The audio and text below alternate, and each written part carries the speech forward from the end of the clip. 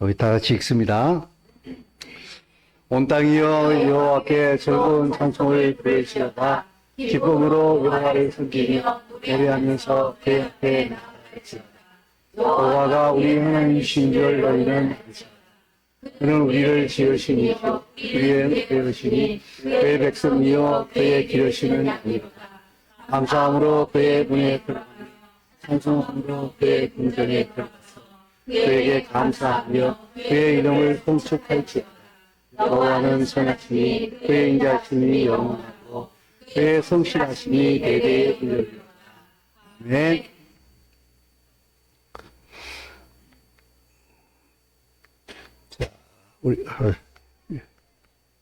우리 오늘 성경 창세기 본문, 자, 시작. 창세기 1장 1절에서 5절 말씀, 마태복음 14장 22절에서 33절 말씀, 완전한 믿음, 더 높은 곳을 향하여 대하여서 오늘 말씀을 나누고자 합니다. 믿음이라고 하는 것은 그리스도인들에게 항상 대두되는 어떤 그런 주제이면서도 결론 그것을 얘기함에 있어가지고 사람들마다 견해가 많이 다른 것을 느끼는 것 중에 한 가지 주제인데, 제가 군대 시절 때에 군대에서는 1년에 한 번씩, 그때 당시에는, 지금은 어떤지 모르겠지만 보안검열이 나와요. 과연 부대 내에 비밀이 제대로 유지되어지고 있는가, 군사 기밀이 누출될 수 있는 가능성은 없는가 하는 것을 모두 다 이렇게 보안대에서 나와가지고 검열을 하는데, 그때 당시 저희 군대에서는 일기를 못 쓰게 돼 있었어요. 그 일기를 통해서 혹시라도 오늘 일과 중에 무슨 일이 있었다 했는데 그게 나중에 제대한 다음에 가지고 가게 되면은 그 일기를 통해서 군대 기밀이 누설될 수 있지 않습니까? 그래서 일절 군대에서는 일기를 못 쓰게 돼 있었어요. 근데 저는 일기를 썼어요. 근데 보안검열이 나온다니까 이 일기장을 들킬 수가 있잖아요. 관물대에 내가 넣어놨기 때문에. 그래서 어쩔 수 없이 그걸 내가 이제 보안검열 끝날 때까지 이렇게 비닐 봉투에 싸가지고 나만이 아는 장소에다 땅을 파서 갖다 묻었어. 그리고 보안검열이 끝난 다음에 한 일주일쯤 지난 것 같아요. 가서 그 땅을 팠는데 없어. 이건 나만이 아는 장소인데, 나 혼자 묻었는데, 분명히 그곳에 가서 팠는데 없어. 그래서 내가 장소를 내가 잘못 기억하고 있나 싶어가지고 주위를 반경을 넓혀가면서 더 넓게 팠어. 그럼 일기장 하나 묻는데 내가 1m씩 땅을 팠겠습니까? 기껏해야만 10cm 정도 파고 묻었는데 아무리 찾아도 없어. 결국엔 포기하고 말았어요. 지금 40년이 넘게 지났어.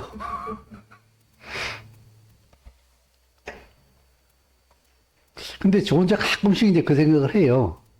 근데 그때 만약 내가 나 혼자 땅에 묻었는데 그때 혹시 어떤 산속에서 내가 하고 있는 걸 보고 있던 사람이 파가지 않았을까?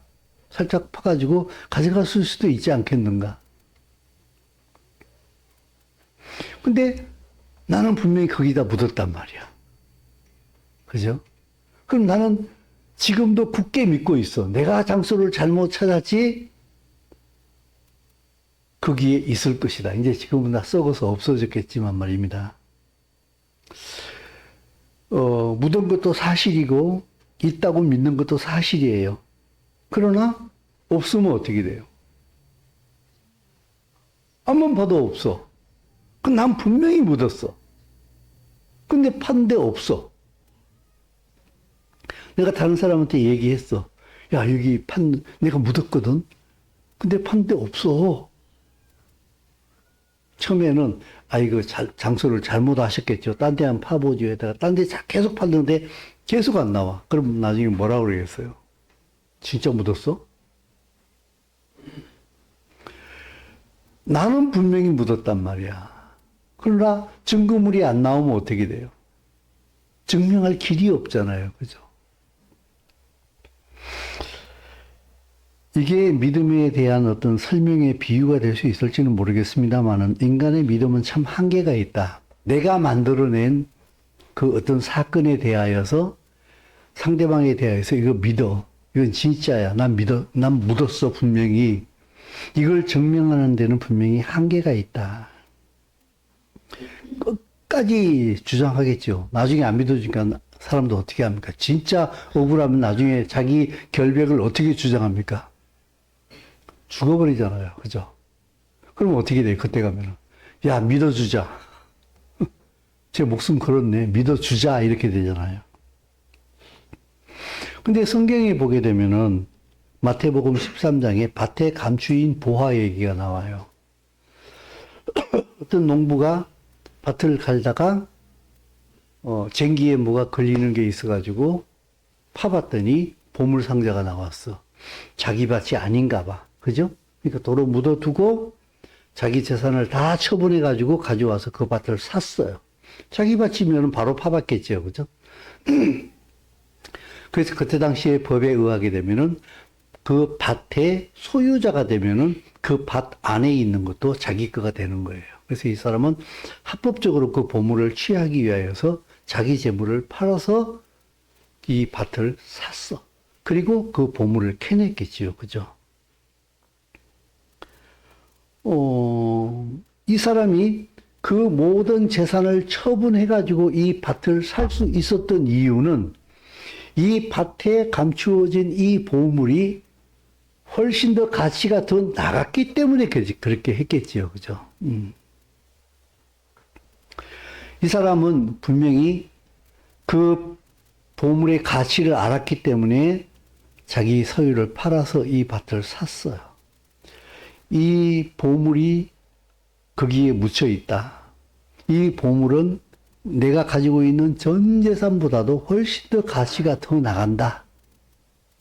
이것을 팔아서 밭을 사면은 이 보물은 나의 것이 된다. 이 사람의 믿음 아닙니까? 그죠? 그래서 이 사람은 그 보물을 나중에 취하고 엄청 기뻐했을 거예요. 그죠? 그리고 좋은 결과를 맞이했으리라고 저는 믿습니다. 예수님께서 이 비유를 말씀하셨거든요. 하나님 나라는 마치 밭에 감추어 놓은 보물과도 같다. 이 사람이 우연히 그것을 발견하고 너무 기뻐서 자기 소유를 다 팔아서 그 밭을 사서 보물을 취하게 되었다. 하나님의 나라는 내 생을 전부 다 갖다 걸어도 전혀 너희들은 손해볼 것이 없을 만한 가치를 가지고 있다라고 하는 것의 비유의 말씀이에요. 그죠? 근데 많은 사람이 이 비유를 알고 있어요. 알고 있으면서도 하나님의 나라, 그 하나님의 나라를 말하고 있는 진리, 하나님의 말씀, 여기에 대해서 나의 인생을 갖다 거는 것에 대하여서 굉장히 주저를 많이 해요. 믿습니까? 그러면 나 믿어요. 근데 그 말씀에 자기를 걸지는 않아요. 그런데 또 보게 되면 실제로 이론적으로 보면은 안 믿는 것도 아니에요. 성경고사 보게 되면, 만약 성경고사를 본다고 하게 되면은 여러분들 예수야의 말씀이 진실입니까? 하게 되면 뭐라고 그러겠어요? 아멘이라고 쓸 거예요. 주관식으로 하면. 객관식으로 해가지고 1번 진실이다, 2번 글쎄다, 3번 거짓말이다, 4번 완전 꽝이다. 이러면 몇 번 하겠습니까? 몇 번 할 것 같아요?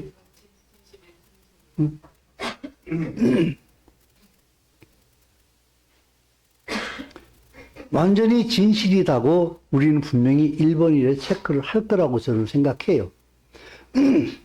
그러면은 삶에서 그렇게 살아야 되잖아요. 근데 안 사는 사람이 너무 많이 있어요. 그럼 어떻게 되는 거예요? 그럼 믿는 거예요? 안 믿는 거예요? 그렇게 이제 말하기 시작하면, 안 믿는 게 아니라고, 난 믿는다고. 그런데, 뭐, 여러 가지 이제, 각 사람들의 처한 상황에 따라가지고, 여러 가지 거룩한 변명들이 나오겠지요. 그죠? 그래서 자기 나름대로의 길을 가요. 믿는다고 말하면서도 여전히 자기의 길을 가요, 그냥. 그래서 잠언에 이번 주 우리 미션에 잠언 14장에 보게 되면은 어떤 사람이 보기에 그 길은 굉장히 옳은 길인데 필경은 사망의 길이다 나와 있거든요. 한번 찾아볼까요? 잠언 14장 말씀입니다.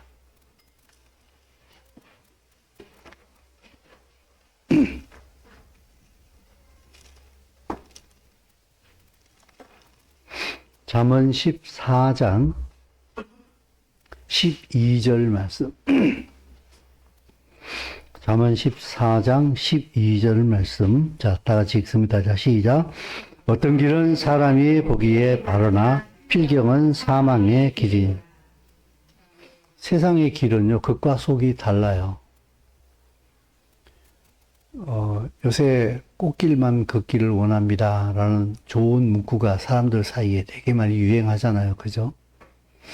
여러분, 꽃길만 걷는 게 가능할까요? 가능해요. 가능하다고. 꽃길만 걷는 게. 근데 세상이 말하고 있는 그 꽃길이 있잖아요. 그죠? 내가 원하는 대로 다 이루어지는 그 꽃길은 불가능해요.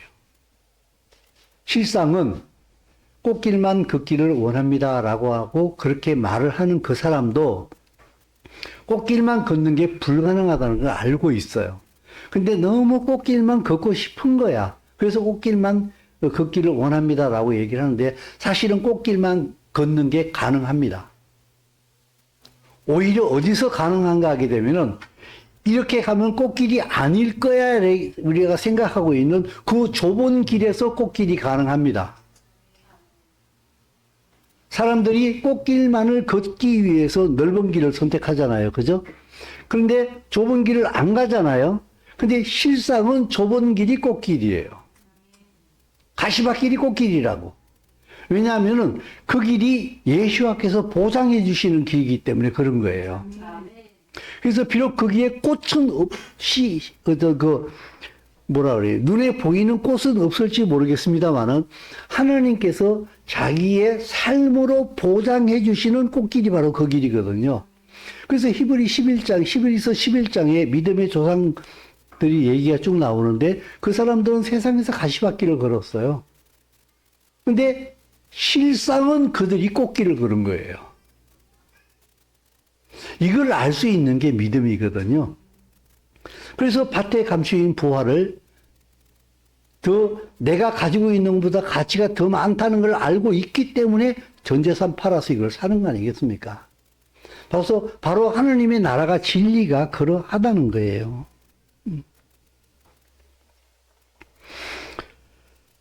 누가복음 8장 40절에서 56절 말씀을 보게 되면은 아니 오늘 이 본문 말씀을 내가 안 넣었군요.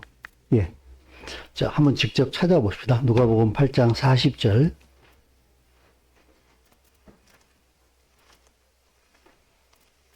누가복음 8장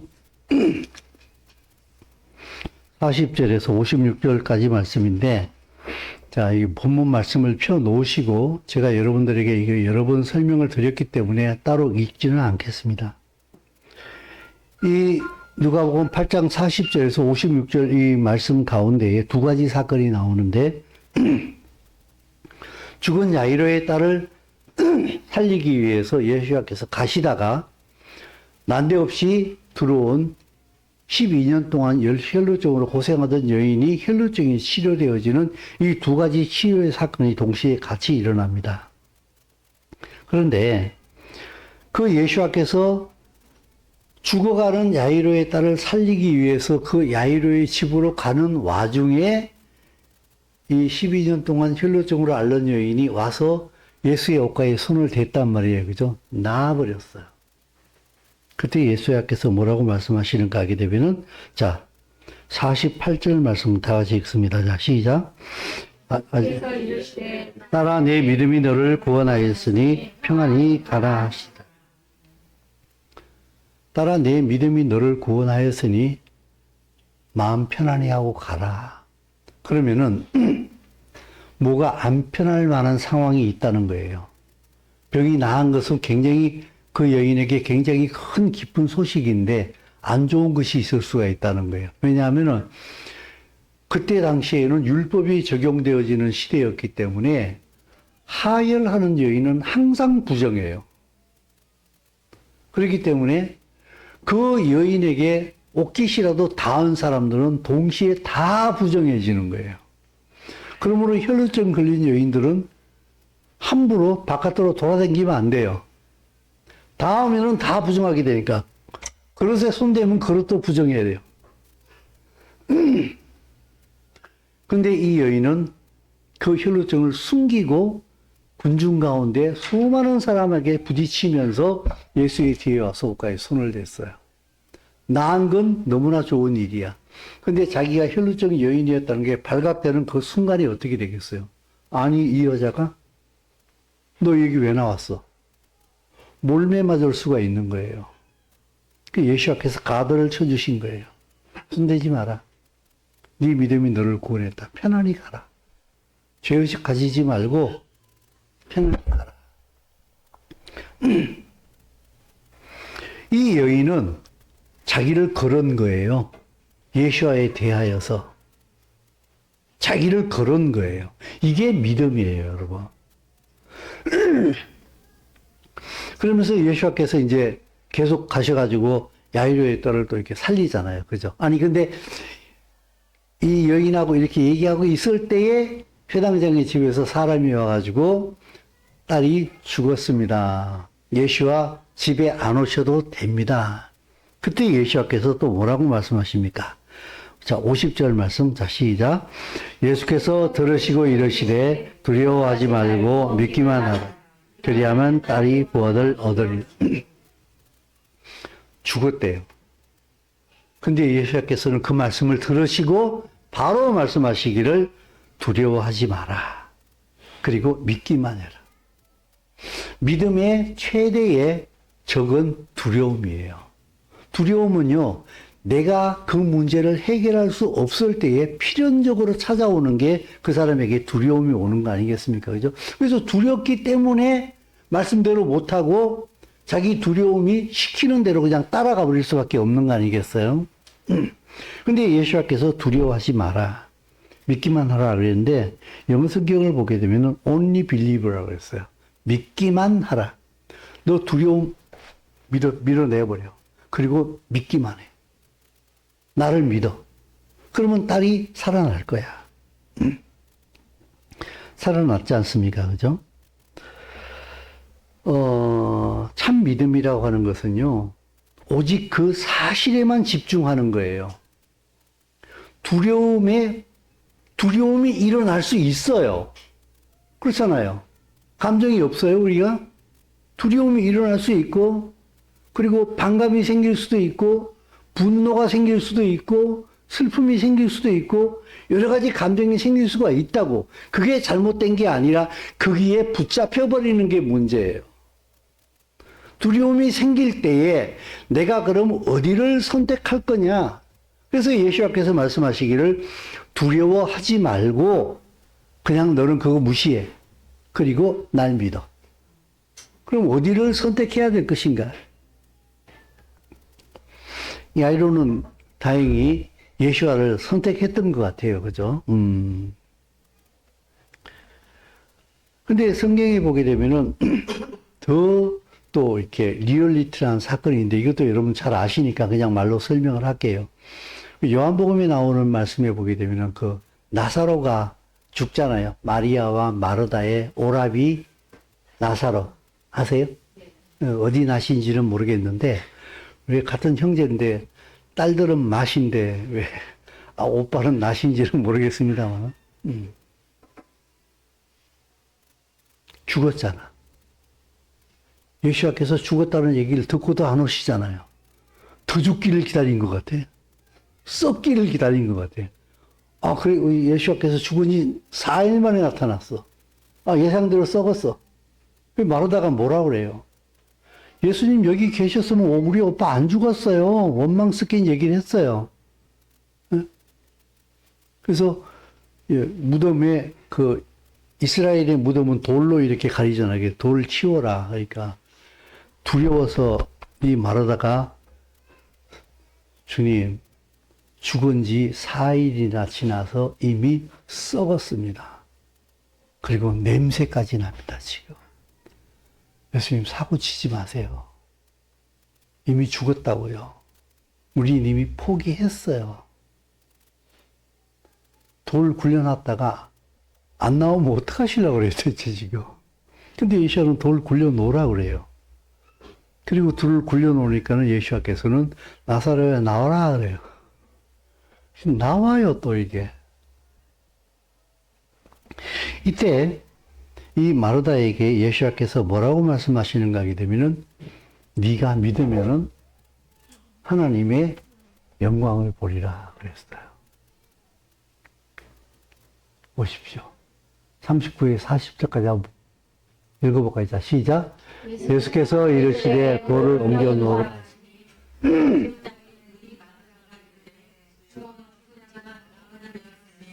벌써 냄새가 나요. 예수께서 이르시되 하나님의 영광을 보리라 하지 않냐. 아멘. 됐습니다. 내 말이 예수의 말이에요. 이게 마르다의 얘기예요. 내 말이 네가 믿으면은 하나님의 영광을 보리라 하지 아니하였느냐. 우리의 삶은요, 매 순간 하나님의 말씀이냐 내 생각이냐의 선택이에요. 제가 알면서도 속았던 게 있었어요. 가르치면서도 몰랐던 게 있었어요. 하나님께서 우리에게 자유의지를 주셨다는 것이 얼마나 큰 것인지, 자유의지를 주셨다고 말하면서도 저는 계속해서 내 삶 속에 내 자유의지를 가지고 하나님의 말씀을 선택한 것이 아니라 하나님께서 내 자유를 가져가 가지고 수동적으로 나를 끌고 가주기를 바라는 게 너무 많았다는 생각이 들었어요. 이거 엄청난 큰 실수였어요. 성령님 해 주십시오. 성령님이 안 하신다는 얘기가 아니에요. 우리는 믿음으로 내가 그것을 선택하고 믿음으로 갈 때에 성령님이 우리를 뒤에서 밀어주세요. 이렇게. 더 잘할 수 있도록. 근데 나는 밀어봐 한번. 밀어봐 성령님 밀어주십시오. 성령님 이렇게 말씀하신다. 어디 벽에서 어깨 때 팔에 힘 빼. 뛰고 힘 뺐습니다. 어떻게 할까요? 날 밀으세요. 네가 걸어가. 내가 걸어가면은 그때 밀어주세요. 여러분 여기에 저는 엄청나게 긴 시간 동안 속아왔습니다. 엄청나게 긴 시간 동안 속아왔습니다. 성령님 해주십시오. 이 기도하지 마세요. 성령님 이거 해 주십시오라고 기도하지 마세요. 당신이 하세요. 그게 정답이에요. 성령님이 안 도와주신다는 얘기가 아니에요. 내가 하면은 그것을 갖다가 100배로 뻥튀기로 키워주시는 분이 성령님이세요. 안 하면은 성령님도 안 하세요. 아무리 기도해도 안 돼요, 이거는요. 내가 믿음의 길을 선택해서 가지 않으면 아무 일도 일어나지 않아요. 하나님이 제게 응답 안 하시는 게 아니에요. 당신이 아무것도 안 하는 거예요, 지금. 아무런 씨앗을 뿌리지 않는 거예요. 거룩한 씨앗을, 말씀의 씨앗을 뿌리지 않는 거예요. 내 삶으로 하나님 말씀에 순종하는 그것 자체가 말씀의 씨앗을 뿌리는 거예요. 그래서 뿌리지 않으면 거두는 게 없는 거예요. 근데 하나님의 말씀을 안 뿌리면 아무것도 안 뿌리는 것 같잖아요. 아니, 뿌리고 있어요. 뭘 뿌리고 있는가 하면 내 생각을 뿌리고 있는 거예요. 육신의 생각을 뿌리고 있는 거예요. 계속 불순종의 씨앗을 뿌리고 있는 거예요. 교회 나오면서 성경 읽으면서 계속 하나님 앞에 불순종의 씨앗만 뿌리고 있는 거예요. 그러니까 자기는 그냥 교회 나오고 있으니까 난 신앙생활 하고 있다고 생각해요. 근데 왜 아무런 열매가 없지? 그렇죠. 당신은 지금 당신의 불순종의 열매를 계속 거둡니다. 아무런 기쁨도 없고, 아무런 능력도 없고, 그냥 일을 뿌려서 일만 거두는 삶을 사는 거예요. 은혜가 없어요, 이는요. 근데 이것도 참 은혜예요. 거둔 뿌린 대로 거두기만 해도 그것만 해도 은혜예요. 그죠?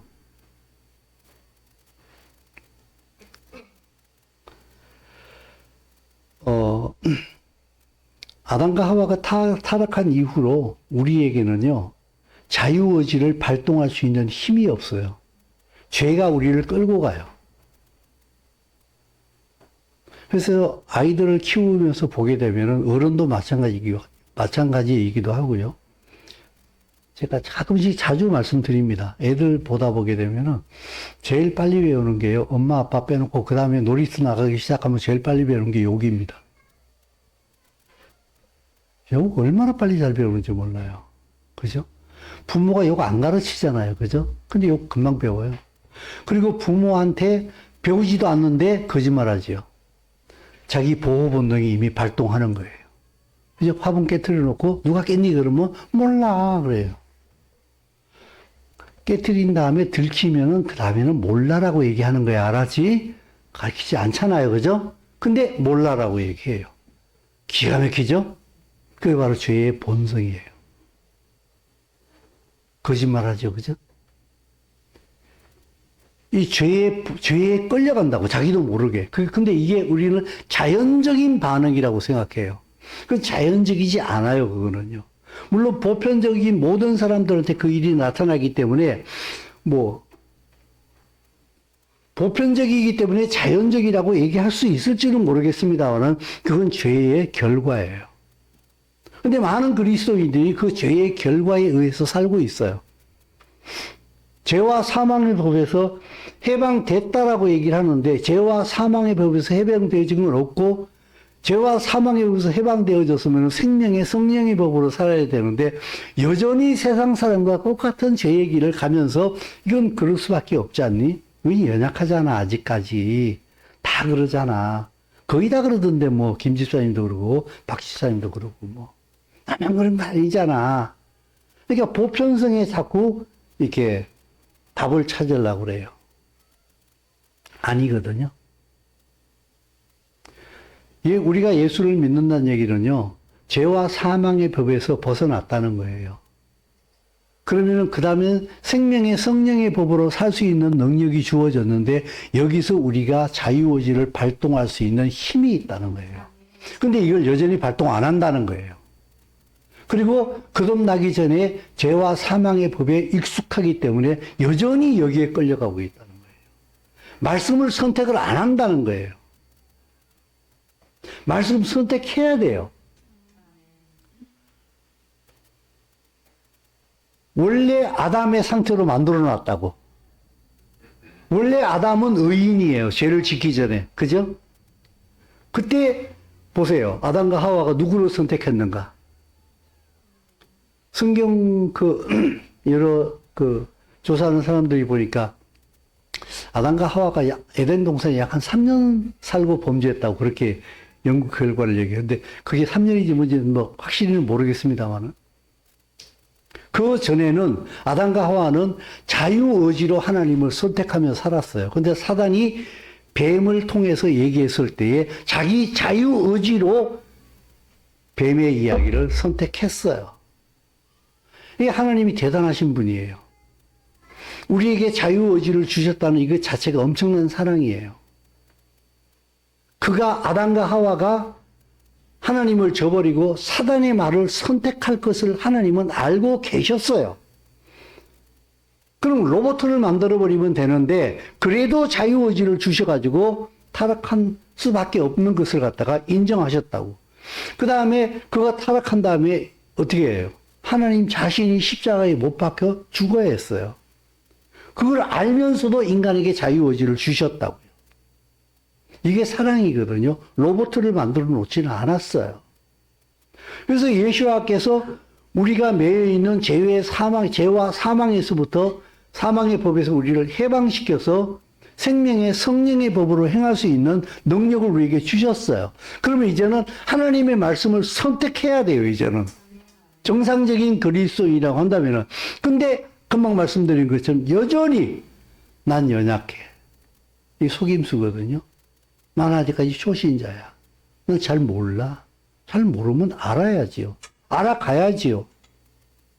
근데 여전히 관심도 없고 그냥 죄와 사망의 법에 이끌려서 그냥 살아가요. 보십시오, 여러분. 나사로는 죽어서 이미 4일이나 지나서 냄새가 났어요. 예수님께서 돌을 굴려 놓으라 그러니까 여동생 된 마르다가 더 당황해요. 예수님께서 굴려 놓으라, 돌 치우라. 예수와의 선택이었어요.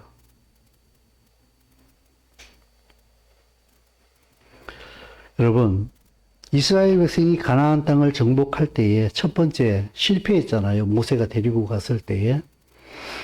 근데 그들이 받은 언약이나 여호수아가 이스라엘 백성들을 이끌고 가나안 땅에 들어갈 때나 언약은 둘 다 동일했어요. 하나님으로부터 받은 말씀은 동일했어요.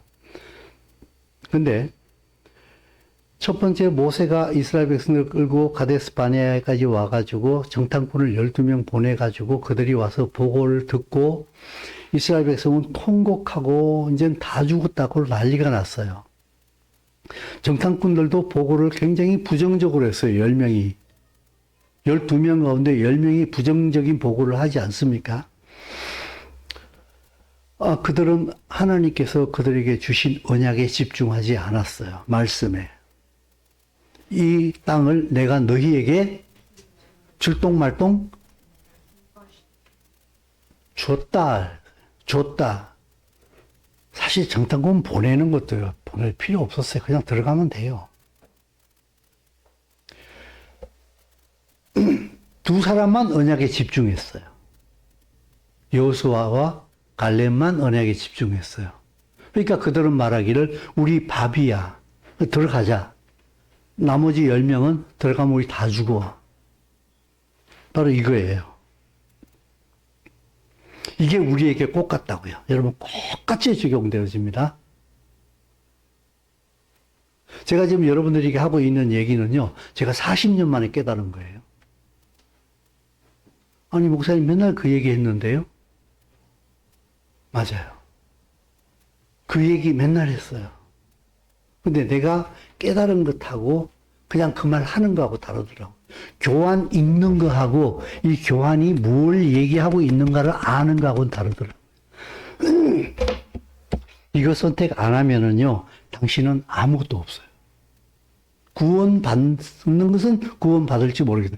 됐어요, 목사님. 나 구원만 받으면 그걸로 땡이죠. 뭘 바라겠습니까? 뭐 그런 사람이면 할 말 하나도 없어요. 우리는 구원은 어차피 예수와 그리스도의 십자가의 피로 구원을 받는 거니까, 그죠? 그러나 그 구원받은 이후에 예수와의 말씀을 선택해서 살아가는 그 삶이 없으면은 하나님의 나라의 기업에 대하여서 아무것도 없어요. 빈손이에요. 어쩌면은 하나님 앞에 상급받은 사람의 집에 가서 식모살이 할 수도 있어, 당신은.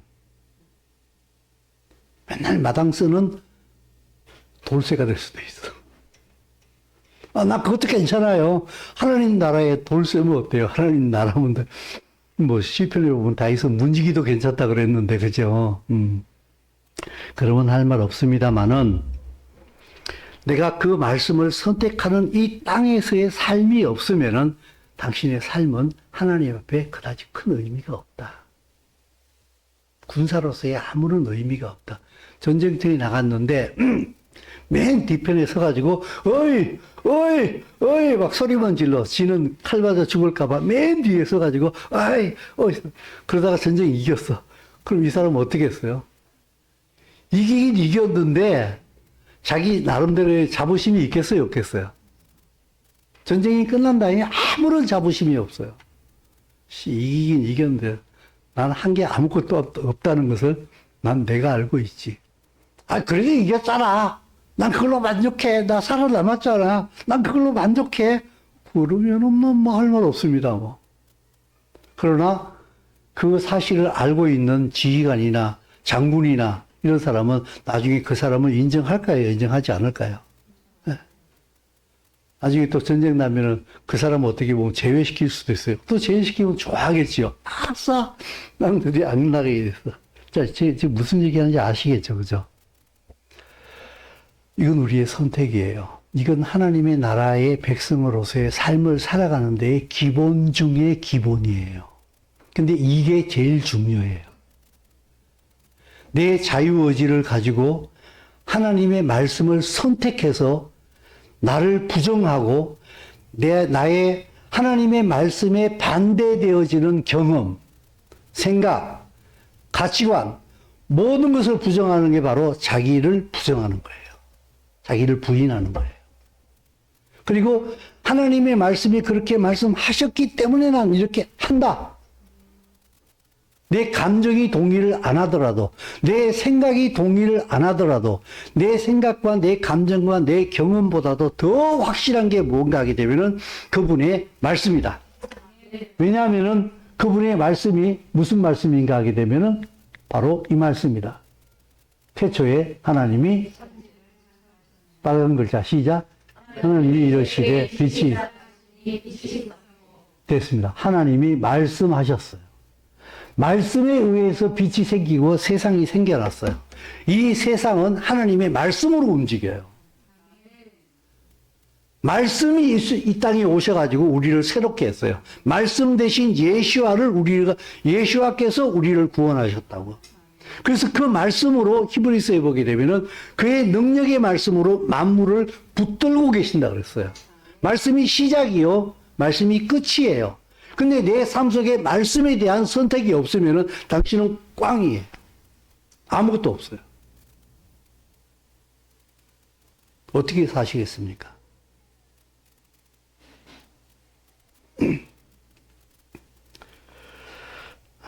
할까 말까 망설였는데, 안 하려고 내가 결론을 내렸는데, 하나님의 말씀을 전하는 데 도움이 된다면은 이까짓 거 얘기할 수도 있죠. 여러분, 내 심장질환 있는 거 아시잖아요. 수시로 저를 괴롭혀요. 근데 말씀의 능력을 많이 체험하는 게 사실이에요. 근데 지난번에 한번 말씀드린 것처럼 누가복음 말씀 보면서 그 12년 동안 혈루증으로 앓는 여인이 예수와의 뒤로 와서 옷가에 손을 잡았잖아요. 옷깃을 잡았잖아. 그랬더니 혈루증이 그쳤잖아. 그죠? 근데 그 본문 말씀을 읽으면서 한 손에는 성경을 얹고 왼손으로 내가 상상을 하면서 예수의 옷자를 탁 잡았어요. 주님 잡았더니 갑자기 그 순간에 그냥 심장이 그냥 너무 편해지는 거예요. 세상에 이럴 수가 있어. 여러분 주의 말씀이 능력이 있어요, 없어요? 있죠. 난 믿어요, 있는 거. 근데 그게 내 몸으로 실제로 확 체험이 되어지니까 세상에 믿고 있었음지도 놀라는 거예요, 내가. 이게 이럴 수가 있다고? 근데 그 다음 아침에 또 힘들어. 근데 내가 한 가지 알았어. 말씀이 통한다는 걸. 그때부터 내가 그런 어떤 조짐이 오면은 말씀으로 조지는 거야. 어떻게 조지느냐? 딱 말씀을 내가 딱 붙들어. 베드로서 2장 24절 말씀인가? 그가 채찍이 맞음으로 너희가 나무를 입었다. 진리에 아니에요. 진리에 아니에요. 그래, 그걸 딱 붙드는 거예요. 야, 그가 채찍이 맞으시면 난 나무를 입었다. 그러면은 여기에 반대되어지는 건 어떻게 돼요? 딱 거짓이야. 그래야 이 말씀을 주장하는 거예요. 가. 그러니까 이 또 맥혀. 물러가네. 근데 결정적인 게 지난 이번 주 화요일이었어요. 태릉에 있는 기차 카페에 가서 앉아 있었는데 또 불편해지기 시작했어요. 근데 내가 가만히 이렇게 앉아가지고 나를 달래면서 이렇게 앞에 앉아서 이렇게 앉아 있었는데 갑자기 내게 말씀이 임했어요. 성령님이 나한테 말씀하시는 거예요. 말씀만이 진실이다. 그 이외에는 다 허상이다. 알고 있어요, 나 그거. 근데 성령님이 나한테 다시 한 번 더 그걸 체크해 주시더라고. 그래서 내가, 예, 맞아요, 주님. 그 순간에 나한테 바로 적용을 시켰어요, 내가. 들었지?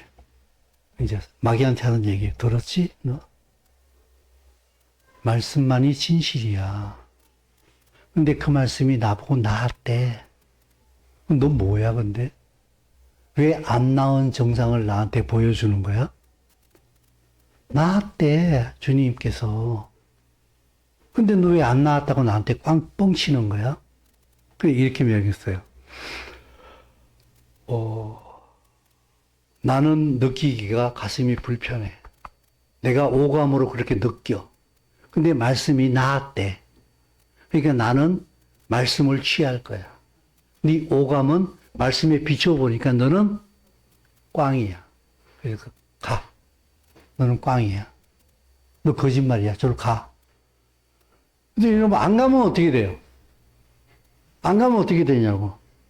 안 가면 난감해지는데 이야 가네. 또 이게 진짜 가네. 응?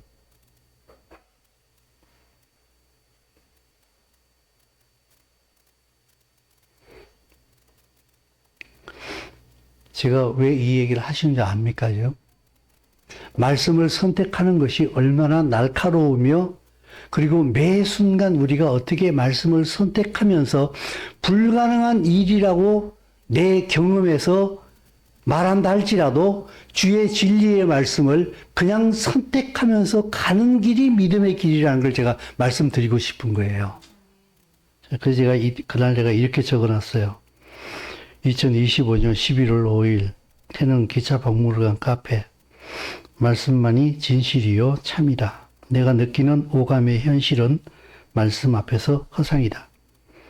내가 말씀을 취하면 오감은 허상에 불과하게 된다. 그러나 그 오감의 허상을 내가 느끼는 실상의 것으로 그것을 진리로 내가 그냥 받아들이게 되면은 나에게 실상이 된다. 그것은. 말씀이 말씀하신 대로 믿고 취할 때에 오감이 느끼는 것을 부정하게 된다. 이것이 참 어렵다. 그러나 오직 믿음으로 말씀을 취하여 오감을 대적하게 되면 말씀만 내게 실제로 남게 된다. 승리를 누리게 된다. 말씀이 실제가 되는 것이다. 근데 이 얘기 안 하고 싶었어요. 내가 안 하려고 내가 딱 지워버렸어요. 요거만 내가 남겨두고. 근데 여러분들이 주의 말씀을 선택할 수 있는 용기를 가질 수 있다고 한다면, 그래서 그 매 순간 내 경험과 내 느낌과 오감이 주는 두려움, 너 큰일 났어, 이제. 너 빨리, 뭐 어떻게 해야 돼? 라고 하는 그 오감, 말씀에 비추어 봐가지고 허상된 그것만 계속 쫓아가게 되면은 당신은 하나님 앞에 가서 아무것도 없는 거지가 된다니까. 우리는 매 순간 어디를 선택할 거냐는 거예요. 그래서 말씀이 나를 거는 거예요. 내 인생 전체를 거는 거예요. 그게 신앙이에요. 교회 오는 게 신앙이 아니에요. 그래서 내가 툭 하면 하는 말이 있잖아요. 그렇게 하려면 차라리 교회 나오지 말라고.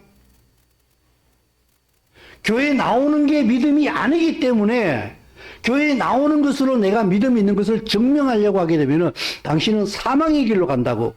그게 차라리 교회에 나오지 말고 난 믿음이 없는 사람이야 라고 자기를 인정하고 차라리 다시 믿음의 길을 시작하는 게 낫다 이 말이에요. 그래서 내가 심지어 교회에 나오지 말라는 말까지 하는 거예요. 이해되십니까? 제가 하는 말이?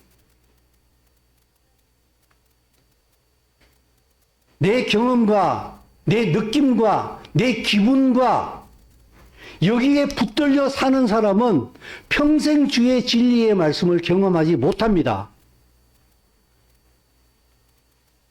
다행히 돈을 좀 벌면은 그 돈의 기운으로 별로 큰 비참함 느낌 없이 그냥 살겠지요. 다행히.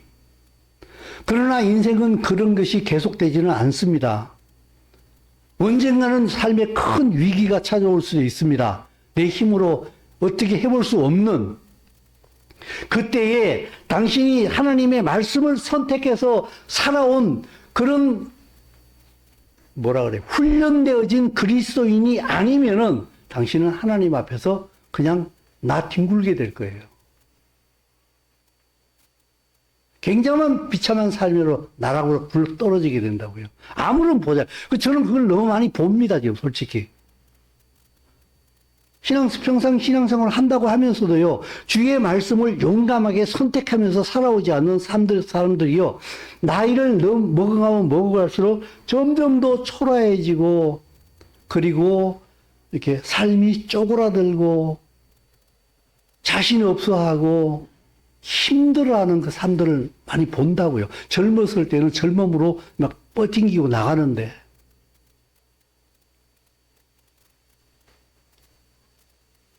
여러분, 태초에 하나님이 말씀으로 천지를 지으셨어요. 이걸 아는 게 얼마나 큰 복입니까? 아, 말씀으로 지으셨구나. 말씀이 이 천지를 움직이는 메커니즘이구나. 이게 아는 게 얼마나 큰 복이에요. 그럼 어떻게 살아야 되겠어요? 말씀을 따라 살아야죠. 근데 지금 막 살만하거든. 뭐, 말씀 성경 안 봐도 돼. 막, 그렇게 하다가 죽을 만큼 안 해도 돼. 뭐, 그냥 뭐, 나 성경 안 봐도 되잖아. 나 피곤하잖아. 그리고 뭐, 열심히 직장 쫙 나가고, 뭐, 월급 딱딱 되면 들어오고, 뭐, 별로 큰 어려움 없는데, 목사님 그렇게 뭐, 내가 그 길에 반감은 가지지는 않습니다만은, 그렇게 크게 필요성은 못 느끼겠습니다. 이런 사람들이 상당히 많이 있다는 것을 저는 알아요. 그거 굉장히 위험한 삶입니다. 굉장히 위험한 삶입니다. 평온할 때에 하나님 말씀으로 살아가는, 선택할 줄 아는, 말씀을 선택하는 그 삶이 훈련되어 있지 않으면은, 밀어닥치면은 그때 준비 못 합니다. 여러분, 주님 오셨다! 하면서 그냥 예루살렘에 주님이 딱 임하시는 그때 어떻게 돼요? 그때, 여러분 보세요. 혼인잔치 그 비유도 그렇잖아요. 그죠? 호롱불이랑 기름이랑 다 같이 준비해 놓은 사람도 자고, 준비 안 하고도 자고, 둘 다 잤잖아요. 자는 게 문제가 아니에요. 준비가 돼 있나 안 있나가 문제예요. 다섯 처녀는 준비가 돼 있었다고. 근데 다섯 명은 준비가 안 돼서도 자고 있었다고. 근데 신랑이 안 올 때에는요, 아무런 문제가 없었어요. 그러나 신랑이 들이닥치니까 어떻게 돼요? 그때 모든 문제가 확 드러나 버려요. 그때 가서 기름 있는 여자들한테 좀 빌려줘 그랬더니 뭐라고 얘기합니까? 빌려주면은 너희도 부족하고 우리도 부족해. 차라리 가서 빨리 사와. 사러 갔어요. 어떻게 됐습니까? 문 잠겨버리잖아요. 이 비유는 굉장히 종말론적이면서 굉장히 심판적인 의미를 가지고 있습니다.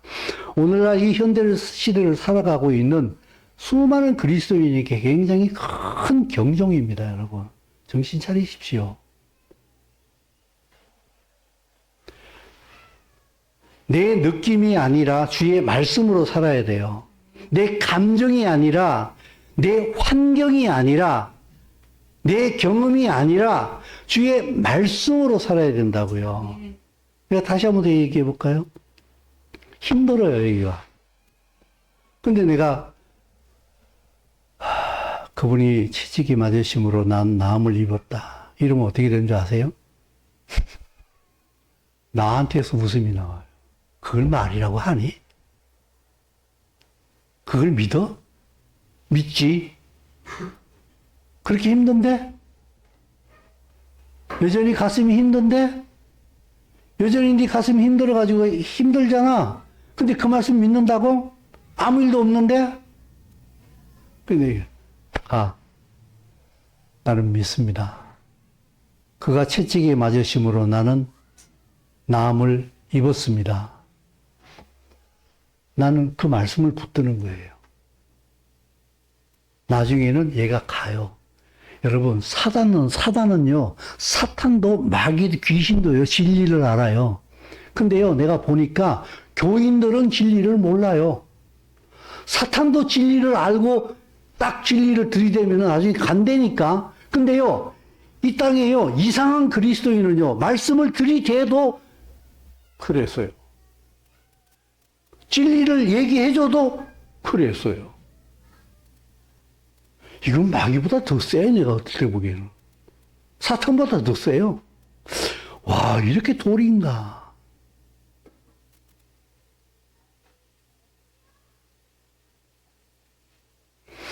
여러분, 하가다 하세요. 내가 이렇게 말하면 혹시 오해할까봐 나 되게 조심스러운데, 당신 욕하는 거 아니에요. 왜 그렇게 안 하세요? 그렇게 중요한 일 하세요? 그걸 할 수 없을 만큼 그렇게 바쁘세요? 아니라고 생각하거든요. 이게 그렇게 중요하지 않다고 인정하지 않는 거예요. 저는 설교를 하면서 긍정적인 부분 이야기하고 부정적인 부분은 이렇게 터치를 안 해야 되겠다는 생각을 늘 하거든요. 근데 이걸 터치를 안 하면은요, 또 못 알아듣는 것 같아요, 내가 보기에. 이 진짜 훈련이 필요합니다. 그리고 제가 스스로 느끼는 거예요. 제가 너무 이게 주관적인 내 느낌만으로 이렇게 자꾸 내 경험만으로 말씀을 드리는 이유는 그게 오히려 좀 더 쉽겠다는 생각이 들어서 여러분들을 위해서 그렇게 하는 거예요. 제가 지난 화요일 날 태능의 그 기차 카페에 앉아 있을 때에 성령님이 나한테 그렇게 조용히 말씀하실 수 있었던 그 이유는, 그럴 때 내가 금방 알아들을 수 있었던 이유는 하가다를 했기 때문에 그렇다라고 난 바로 결론을 내렸어요. 그럼 그 하가다 한 게 내게 무슨 유익을 줬느냐? 내 굳은 마음을 말씀의 꽃갱이로 아주 부드럽게 밭을, 이거 뭐라 그래요, 이거? 기경해놨어요. 씨를 뿌릴 수 있도록 아주 부드럽게 내 마음을 바꾸어놨어요. 내 혼을 바꾸어놨다고. 말씀이 망치처럼 내게 임하면서 계속 나의 굳은 혼을 두들겨 패서 하나님의 말씀에 씨앗이 들어올 수 있도록 만들어 놓으셨다고. 그게 하가다의 유익입니다. 당신 난 하나님 말씀대로 살고 싶은 생각 없습니다. 난 그냥 그대로 살 거예요. 하지 마세요. 하지 마세요. 그냥 그대로 사세요. 그러나 나 하나님 말씀대로 살고 싶어요. 하세요. 하세요. 목숨 걸고 하세요. 밥 먹지 말고 하세요. 시간 없으면. 밥 먹는 것보다 이건 더 중요하다고 생각합니다. 제가 보기엔. 밥 먹지 말고 하시고, 잠자지 말고 하시고, 드라마 보지 말고 하세요. 유튜브 끄고 하세요. 저 요새 하다 하다 보니까는요, 저도 유튜브 조금 봤거든요. 유튜브 5분 볼 시간이 없어요. 5분 볼 시간이 없어요. 그랬더니 그 유익이 나한테로 다 오더라고. 그 유익이 나한테 오니까는요, 그 유익을 내 옆에 있는 사람들한테 자꾸 나누게 되더라고. 그래서 내가 기도할 때 자꾸 이런 기도를 하게 돼요. 주님, 저에게 대박 복을 주십시오. 과장법이에요. 실제 이렇게 기도는 안 해요. 주세요. 그러면요, 첫째 하나님께 복이에요. 그리고 두 번째는 나한테 복이에요. 세 번째, 내 주위에 있는 사람들한테 복이에요. 사랑하는 성도 여러분, 제가 지금 무슨 말씀 드리는지 아시겠습니까? 예. 말씀을 선택하는 삶을 살아야 됩니다. 거룩한 자유의지로 내 경험과 내 생각과 내 기분을 의지하는 게 아니라 말씀을 의지하여서 말씀을 선택하는 삶을 살아야 됩니다. 그때에 하나님 나라의 기업이 있습니다. 이것을 하기 위해서 우리는 반드시 하가다가 필요합니다. 그래서 하라고 말씀을 드립니다. 그래서 함께 하나님 나라의 복으로 나아가자고요. 많이 하는 게 중요한 게 많이 하면 할수록 좋아요. 그러나 중요한 거는 하는 게 중요합니다. 하는 게. 시작하는 게 중요합니다. 하나님께서 이만한 복을 탁 들고 지금 기다리고 계세요. 제발 나한테 와라. 이 복 좀 주고 싶다. 나한테 좀 와라. 나를 선택해서 나한테 와라. 내가 줄게. 기도합시다. 그런 주님이 우리 앞에 있음을 참 감사드립니다. 주의 말씀을 선택할 수 있는 그런 믿음의 삶을 살아갈 수 있기를 원합니다. 늘 이미 도와주고 계시는 줄로 믿사오니 말씀을 선택하겠습니다. 그곳에 주의 은혜를 보게 하여 주옵소서. 예수의 이름으로 기도드리옵나이다.